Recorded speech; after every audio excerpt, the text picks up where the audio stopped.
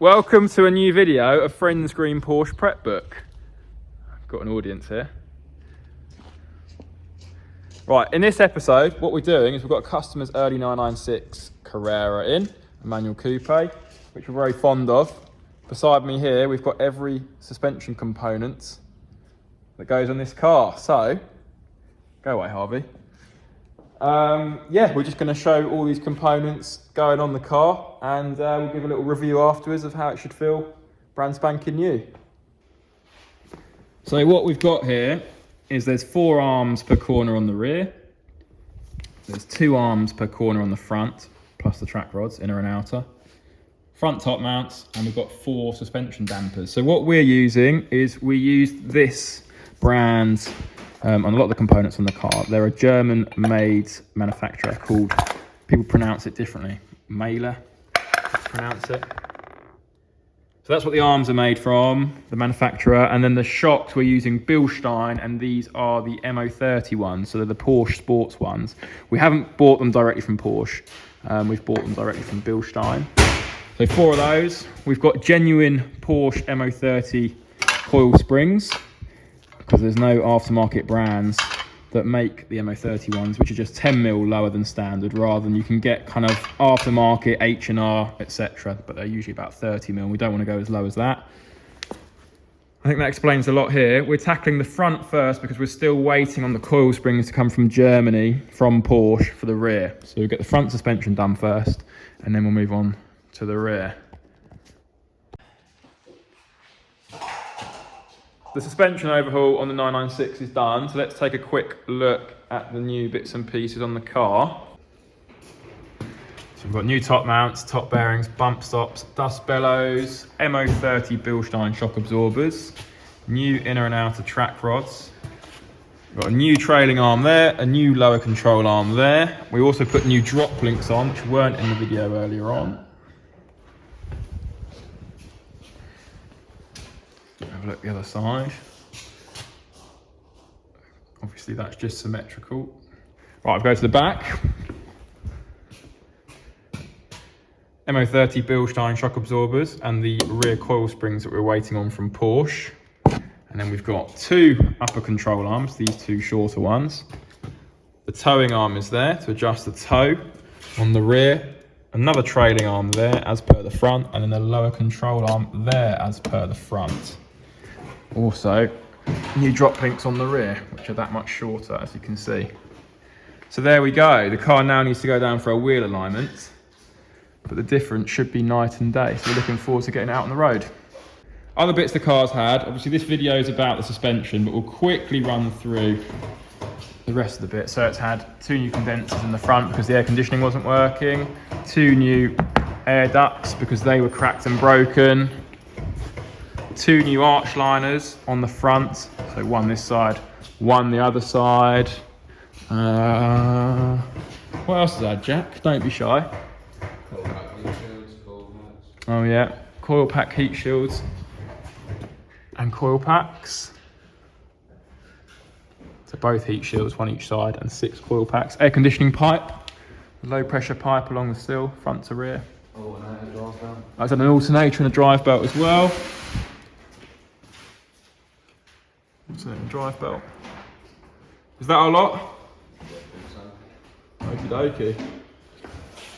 So just come down for tracking, and that wasn't fun driving that down. Look at that towing on the rear arm.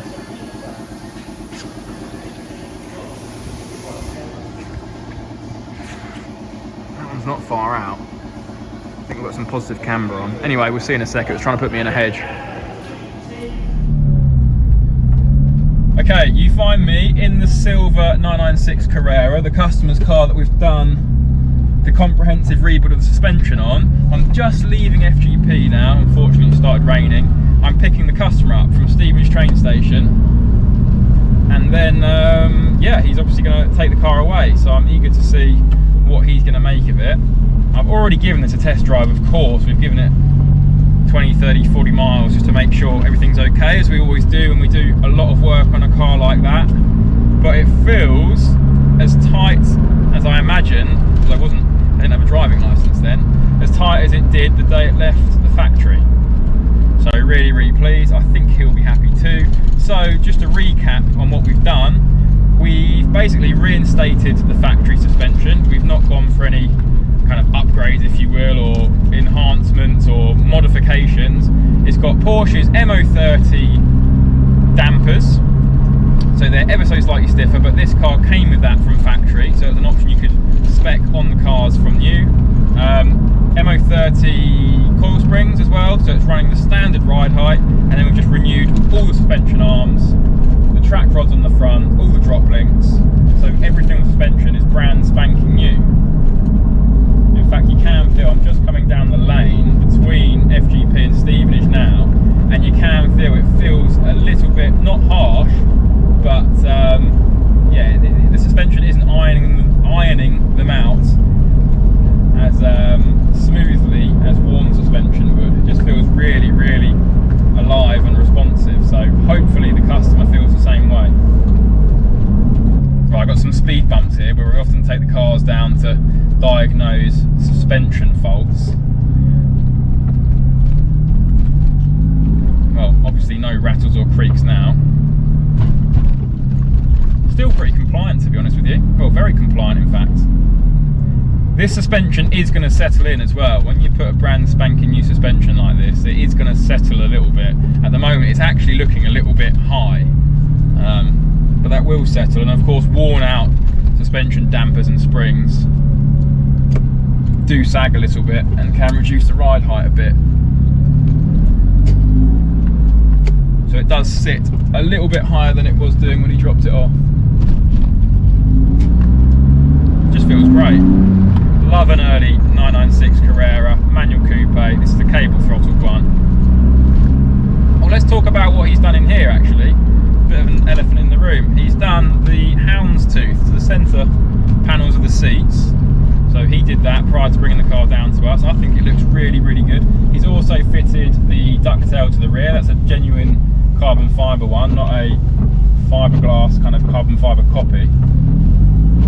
I like the look of that as well. We actually had some Fouche, genuine Fouche, what's going on here? Genuine Fouche forged wheels, the silver ones with kind of the black inserts in them. And I offered them to him and said they'll look fantastic on your car with the ducktail and the houndstooth, the kind of retro theme you're going for. He went away to think about it, and unfortunately they sold to somebody else before he rung me back up and said I'd like to put them on. So maybe that's an upgrade he'll do in the future. I know next we're going to be doing an exhaust system, because the exhausts have actually got split seams as they always do, and he wants to do the full system, so manifolds, cats and back boxes. Maybe we'll have a two-part series on this car. So the car's gone, the customer's picked it up. We had to drive back from the train station, and he was really, really impressed, as was I.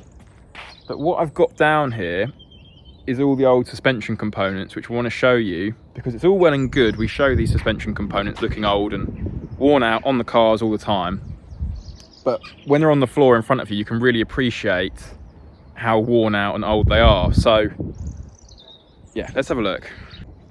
Right, here we are.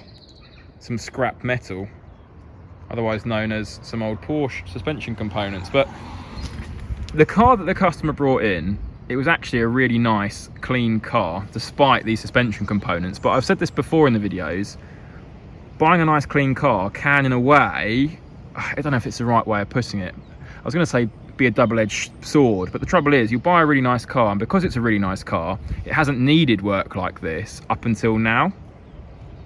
Whereas if you bought one that was not quite as nice, potentially it's had a lot of these bits replaced already. I don't know if that's the right way of putting it, but you get what I mean. So let's have a look through. All right, we're always doing bump stops. There you go, they're all split and perished. We're always doing top mounts. There they are, they're all corroded, and the bushes underneath, if you can see, are all perishing down there and coming away from that metal insert there. And that's that squeaking you get when that bush starts to move independently to that metal insert. The shock absorbers, now there's two places the shocks go. They start to corrode on the top there, and that strut get a little bit thin.